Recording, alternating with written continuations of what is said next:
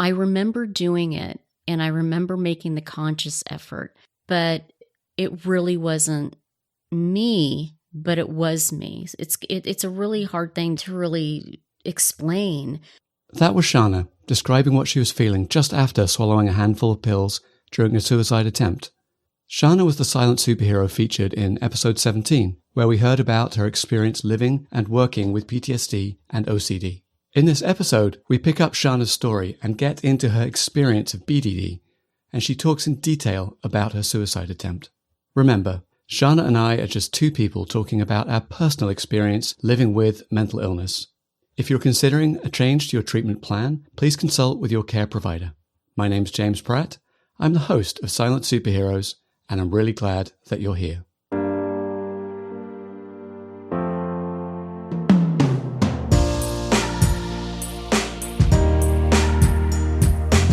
Welcome to the Silent Superheroes Podcast, a series of frank conversations about mental health at work.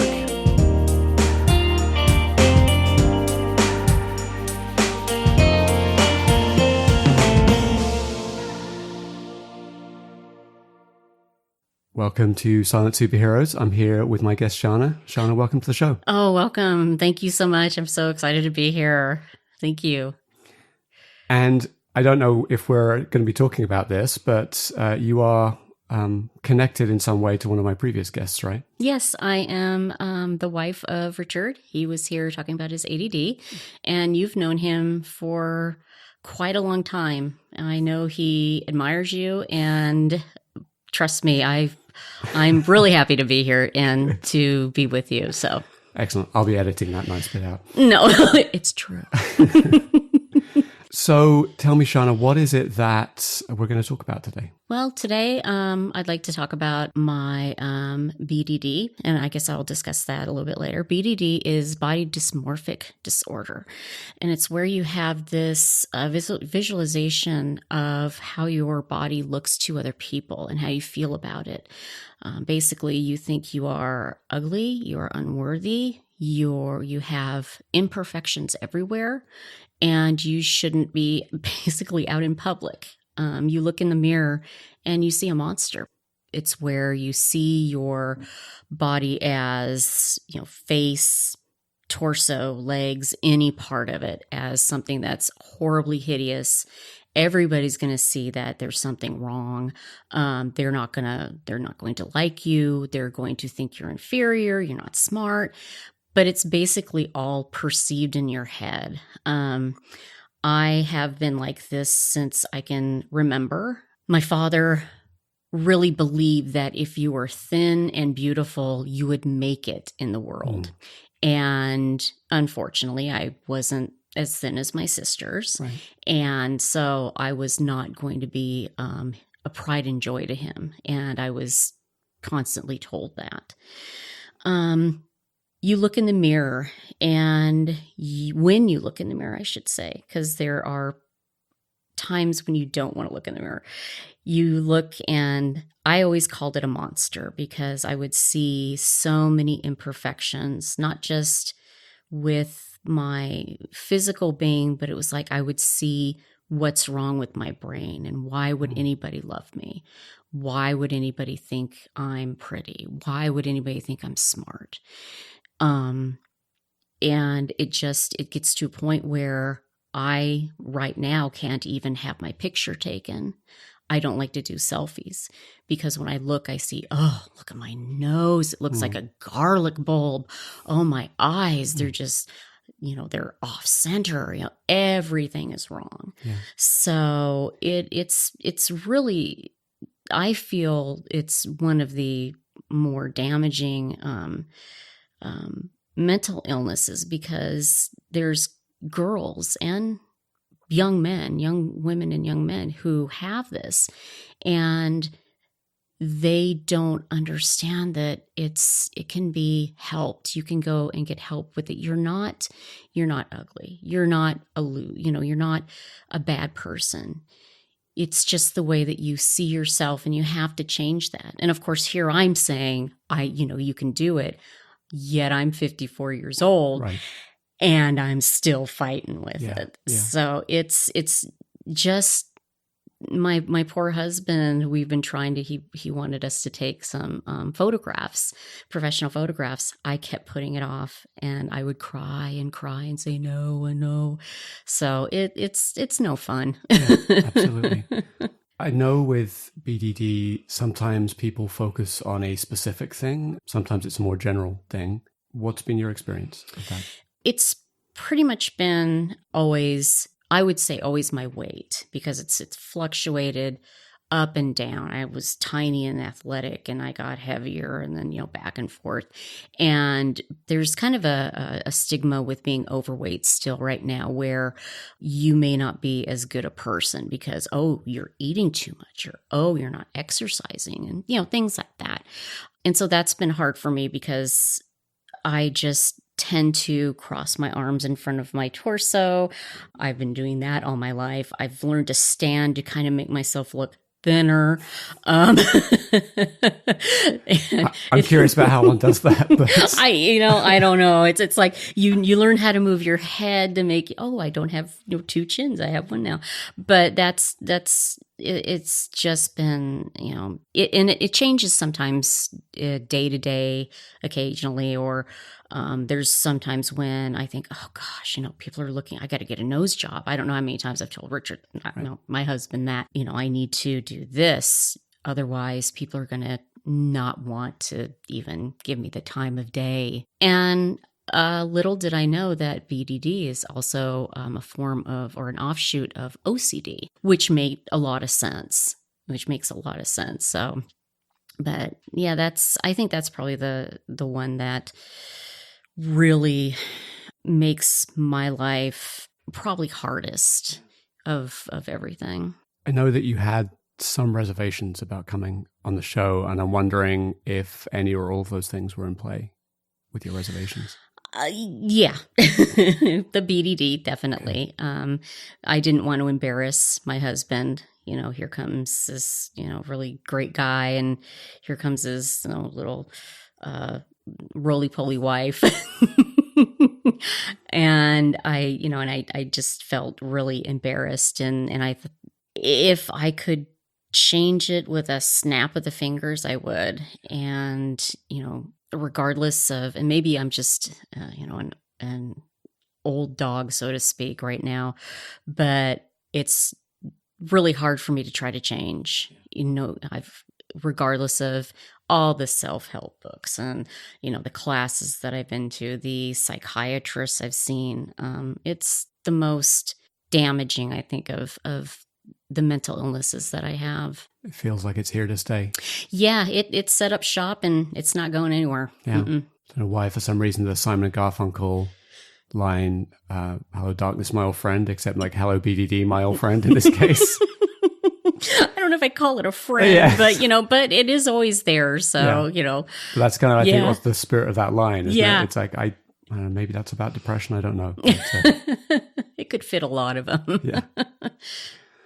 You said that the BDD and OCD have been with you for most of your life. Mm-hmm. What point in time did somebody first apply that label to them? Not very long ago, actually. It was probably about 10 years ago when I became chronically ill. And I wasn't able to do what I wanted to do. I wasn't able to work out. I wasn't able to go back to school. I wasn't able to do things like that. And the first thing, of course, that happened was I started gaining weight. And I just would sob because it wasn't what I expected. I thought, I know that I have this new illness, I can deal with it, but my body wasn't doing what I wanted it to do. So I just would, I was gaining weight, and I would, like I said, I would sob, and my husband would say, it's okay. I don't see what you're seeing.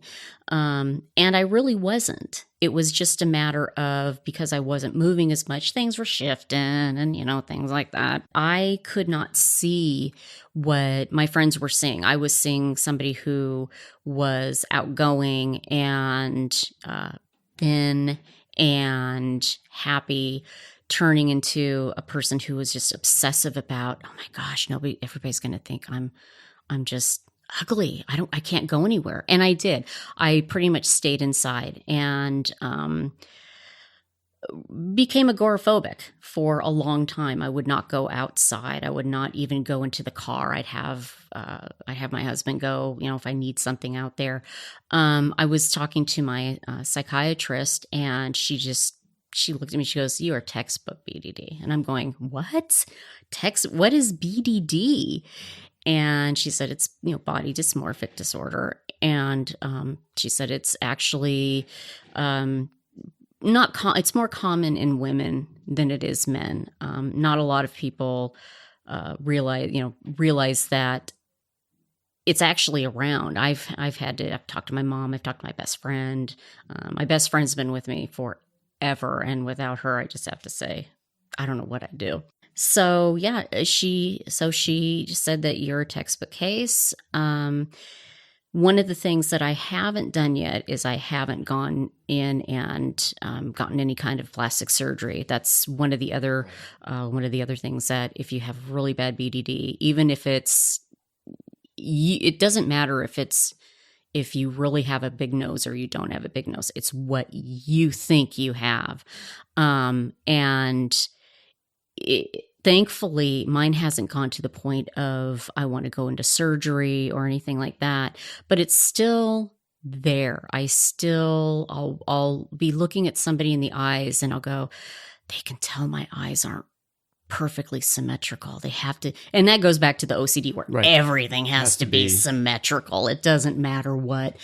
And it's been really eye-opening knowing that I'm not self-centered, I guess. That's kind of a, looking, going, oh, well, I have to be perfect. I have to be beautiful and whatever.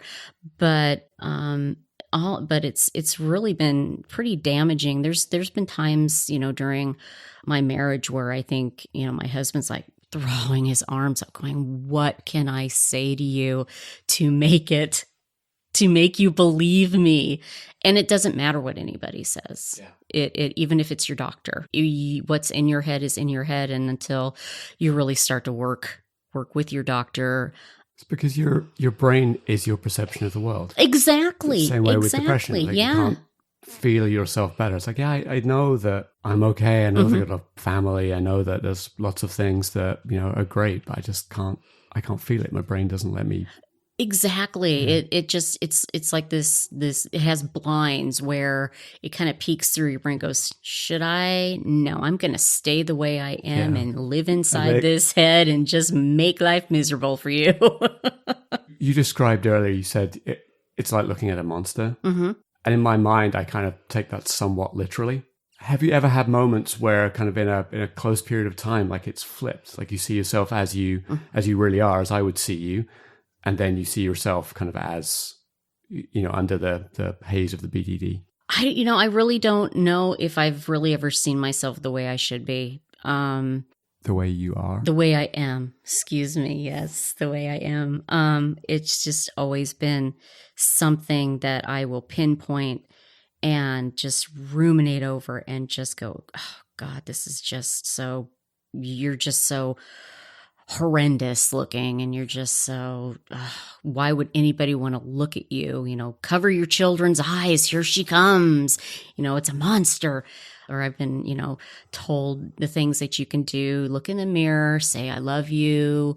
Look in the mirror, say something good about yourself. And regardless of how many times you say, I love you, I'm a good person, like you said, your brain won't take it unless you truly, truly believe it. And, as hard as you try, it's really difficult to take it all in and go, okay, I am not a monster. I am not a bad person. And then you flip and go, yeah, I am. I'm going to go hide. Nobody wants to see me.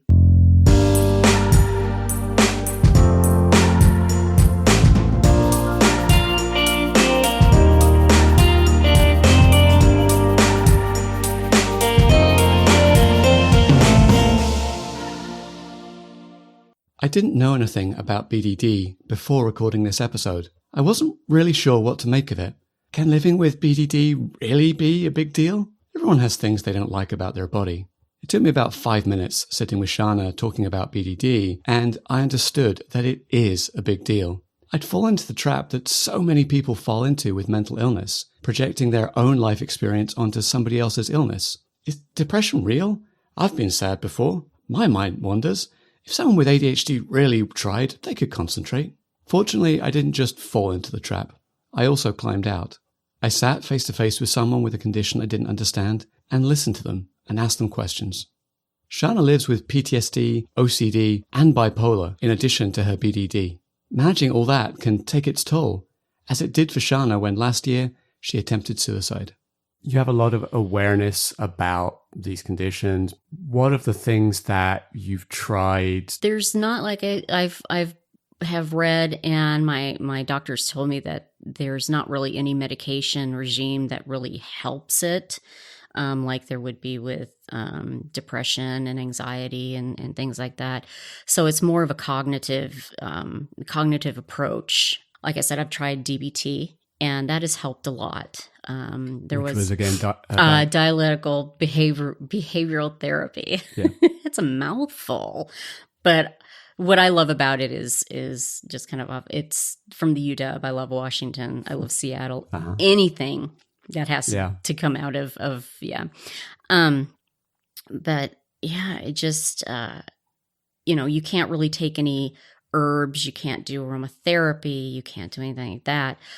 I was learning your mind and the patterns in your mind. Exactly. And I had an incident last year that happened that I was basically told I had to go to the DBT classes, and I took about 9 of them, and I learned a lot about just living in a moment and not trying to worry about how things are going to look to other people. And as much as I took that in, it's still really hard to not do that. And you can read every book, you can, talk to every doctor, you can go to every seminar or whatever and go, yeah, I could apply this to my life. And you try, either it doesn't stick or the emotion is so strong that it just overrides what you've learned. And especially, I think, as I've gotten older, I think my brain has just gone, the pattern's already very ingrained. Exactly. Which, if anything, would be a good reason to get started on this journey earlier. Oh, absolutely. If you can see it early enough, right? Absolutely. I didn't even think there was really anything wrong. Coming from family that everybody somewhat came out a little damaged. I didn't think about anything until I met Richard. And after we got married, it was about 3 years into it, he made a comment. I was sobbing for really no reason. And he just said, this isn't normal. You should go see a doctor. And I think I was about 30 at the time. And he was absolutely right. Even though I was misdiagnosed, it was still, wow, okay, there is something that's not right. And it can be helped. So often it seems like it's that moment of realization, which seems to come in 2 ways. Mm-hmm. Either the doors are blown off because you find yourself standing on a balcony thinking about jumping off and realizing well, that's not normal, or you actually do that. Mm-hmm. Or you have some kind of complete breakdown where, functioning becomes completely impossible. Or somebody says something. Mm-hmm. Somebody says, you know what? I don't know that that's normal behavior. Yeah. And, you can wait for one of those moments, but I'm sat here thinking, if there were anyone out there and there's something that happens in your head and you find yourself asking the question, do other people think this way, work this way?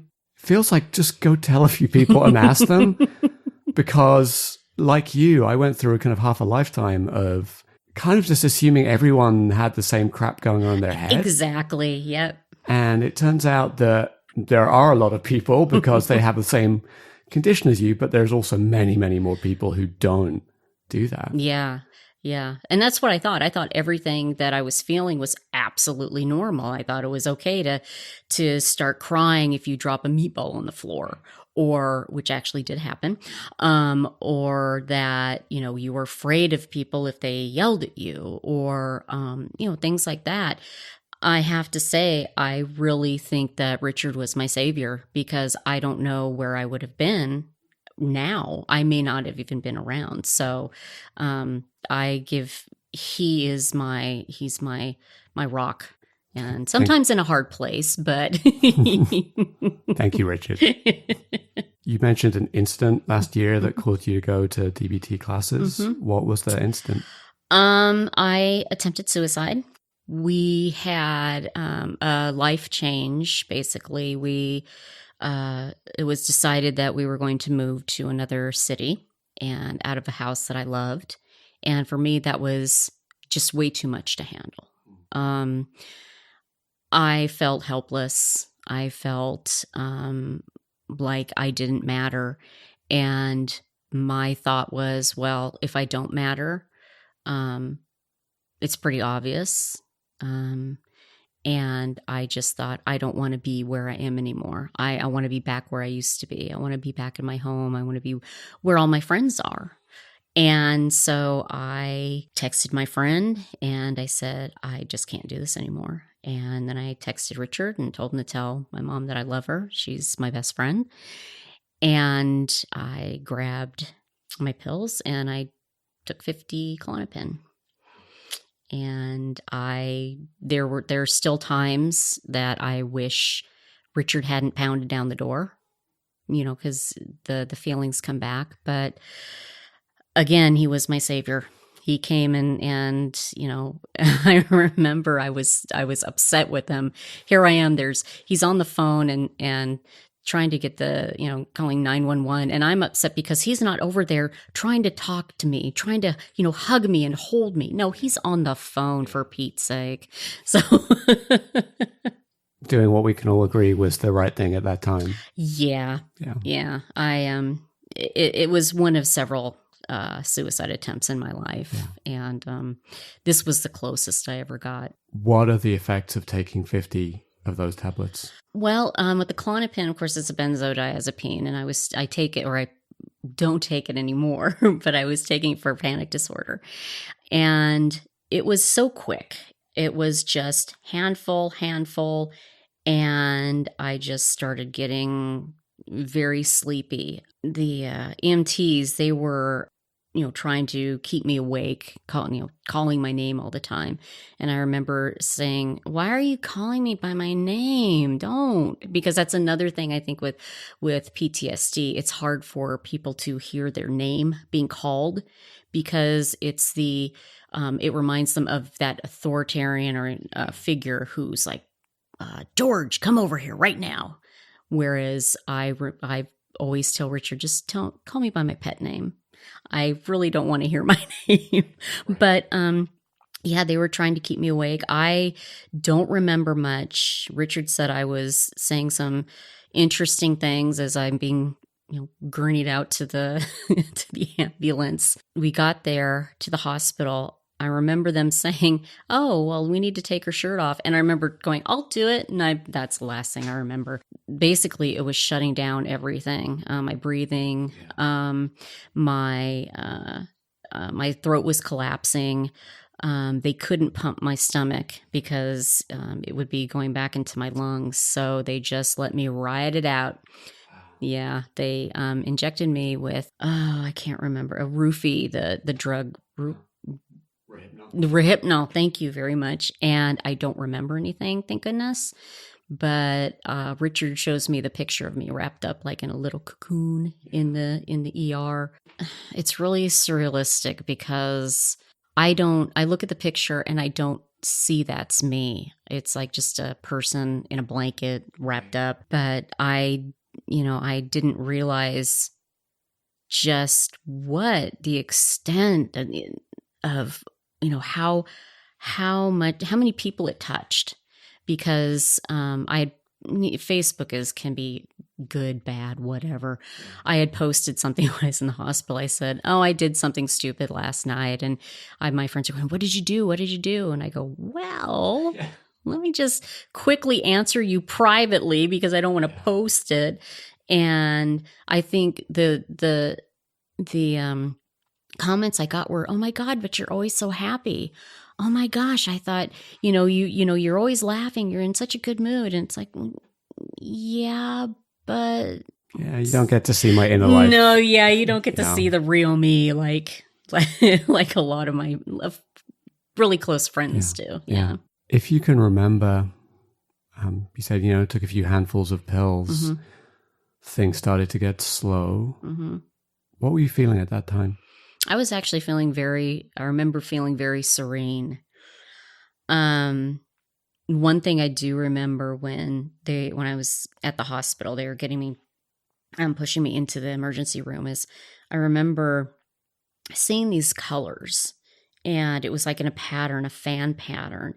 And I thought to myself, and there was greens and orange and red. And I thought, is this what it's like to die? This is okay. I'm okay with it. And I never was scared.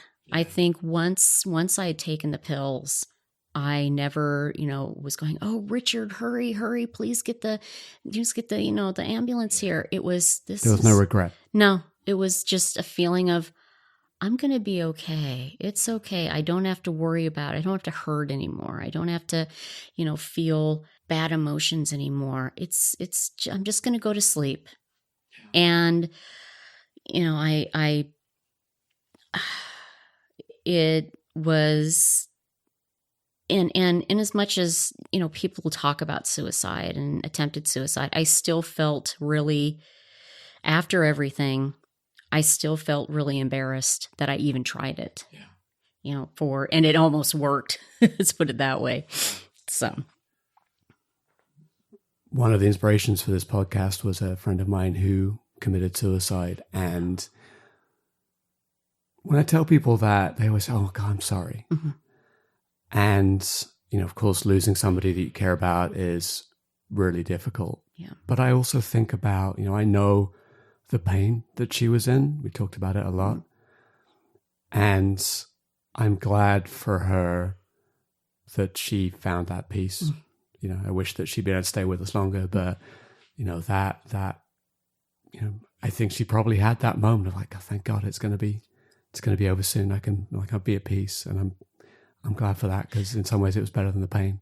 That's exactly it. I don't think if you don't feel the pain of depression, the sadness, the just feeling of being not worthy, not wanting to do anything, just feeling like why am I even here?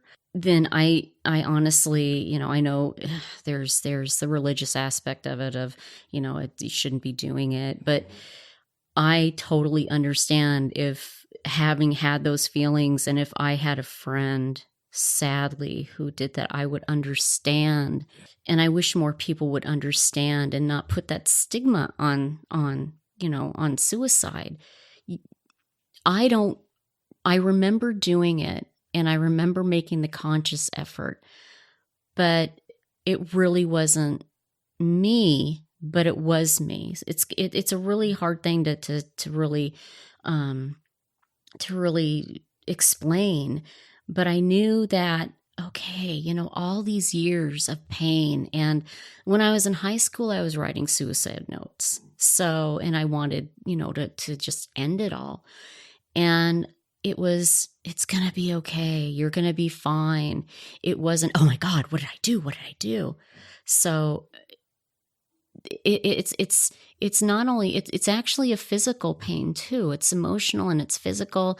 And when you finally make that decision, whether it's rash or you've planned it, and I'm not trying to glamorize it or make it, beautiful, because you're ending a life, and people love you. Yeah. And there's that part of it, right? Which is it will leave scars and wounds on those that you leave behind. Exactly. And I think probably, and this sounds really weird, the person I was worried the most about was my mom. I knew Richard could handle it. I knew he's a big guy. He's known me for 30 years. He could handle it. But, my mom, and I think maybe in the back of my head when I texted him to tell my mom that I was sorry, maybe that was something that I was sending a signal out to say, come and get me, come and help me. But I wasn't aware of it. Yeah, I wasn't aware of it. So, and I should underline the comment that you made, which if you are suicidal and you're considering suicide, reach out, get help. It's not the right answer, but it's an answer I understand. And the thing too is don't be embarrassed to call the suicide hotline. Had I done that, because my friend was going, call them. And I go, no, it's 10:30 at night. They're probably on a coffee break. Exactly. They've heard this all before. And she goes, oh, call your counselor. No, it's 10:30. She's in bed. So it's like, don't be embarrassed. Just really, just one phone call could make the biggest difference. And I'll also say that if calling someone feels hard, because we live in a day of sending messages and not calling, I'm a big fan of Crisis Text Line, and their number is 741-741 in the US, and in Canada, 686868, and text them, and they have trained counselors who you can text back and forth with. And if I hadn't have known that, I probably would have done that, because it's that whole, I don't want to talk to somebody, I don't want to, So that is excellent. Yes, definitely.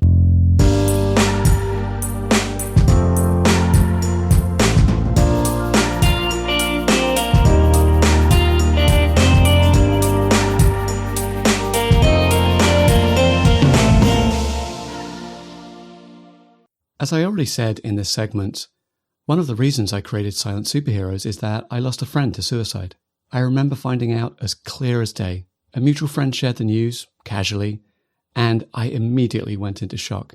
I knew things had been bad for her, and I knew she'd been on a downward spiral, and now she was gone. I had to attend a leadership meeting at the company I worked at about 20 minutes after I found out. I didn't know what to do, so I just did what I was supposed to do and went to the meeting. I remember someone asked me, the blandest of small talk, "How's your day?" I told the truth. I don't think it was what she was expecting. It's been nearly 2 years, and I'm glad I've been able to channel my sadness into this podcast. Suicide leaves scars on those you leave behind. When I felt at my most hopeless, it's knowing that's brought me back from the edge. I know as well as anyone there are a variety of helplines and support out there, but if I'm completely honest, I don't use the resources that I talk about all the time. So I'll make you a deal. If you promise to reach out to a support time next time you're on the edge, I will too. What was the recovery from that like for you? It's still going on, actually. I went in inpatient for a few days, and when I came out, it was a shock, because I was going to the place that I didn't want to be. I was going to this new home in a new neighborhood, and it's I'm seeing a new psychiatrist, and she's helping me, with trying to pull back the power that I have and not feel so helpless being in this place. But it's ongoing. It's been almost a year, and I'm honest. I still cry about it. I still have not the fact that I tried to leave this planet, but just the fact that I need to get this in my head that this is life. Things change. And I never believed that, saying that things happen for a reason. But this could be something where this happened for a reason. It made my family also go, whoa, okay, our little sister, we probably, all need to be closer to each other, because we all have some kind of a mental illness. I want to say I'm very, grateful that you're still here. Oh, thank you. I'm grateful that you are able to tell that story, because I think that story will help people. And I'm very grateful to Richard, who's sat 10 feet behind me over my shoulder, for breaking down the door and doing the right thing. So and not making faces or anything like that. It was definitely an eye opener. I never thought I would go that far. He's had to come between me and a few things. Yeah. You have almost a lifetime of living with PTSD, OCD, BDD. If you go back to a point in time, and I'll let you choose what that point in time is, and you could say something to yourself, give yourself a message, where would you go? And what would you say? I would probably go as far back as I could and just say, you're probably going to be dealing with these problems. It can't be changed because it's physiological. But what you can do is remember that you're a good person. Don't let anybody make you feel less than that. If somebody doesn't agree with you, that doesn't mean you're bad. If someone says something about your illness, it's not your fault. It just is. And just remember that there's people who love you. It sounds simplistic, but truly, when you feel that you have the support, you have people who you can go to, people who care about you, it makes it easier in a way. It's not going to take away the pain. It's not going to take away the illness itself. But if I could just give myself a hug and go, have at it. You're gonna kick butt. Just do it. Yeah. In 40-something years, you'll have a man who'll break down the door for you. Exactly. You care so much. Yeah. Shauna, thank you for your honesty, your candor, sharing some pretty deep stories with us. Thank you so much for coming on the show. Oh, thank you for inviting me, James. I'm so glad I'm here. Thank you. Thanks. Thank you. I hope you've enjoyed our two-parter with Shauna, taking in her journey through OCD, PTSD, BDD, and her suicide attempt last year. If you like what you've heard in today's story, please leave us a rating and a review on iTunes or wherever it is you get your podcasts. If you'd like to hear about new episodes as they're released, please follow us on Facebook at facebook.com/Silent Superheroes, or go to the Silent Superheroes website at www.silentsuperheroes.com and sign up for our newsletter.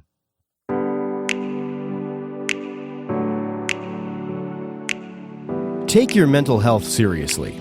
If you need to speak to someone, you can call 1-800-273-8255 or text crisistextline.org at 741-741. Both provide 24/7 confidential counseling to people in the United States. Worldwide, visit iasp.info/resources/crisis_centers/. To help others find the Silent Superheroes podcast, please leave a review on iTunes or your favorite podcasting service.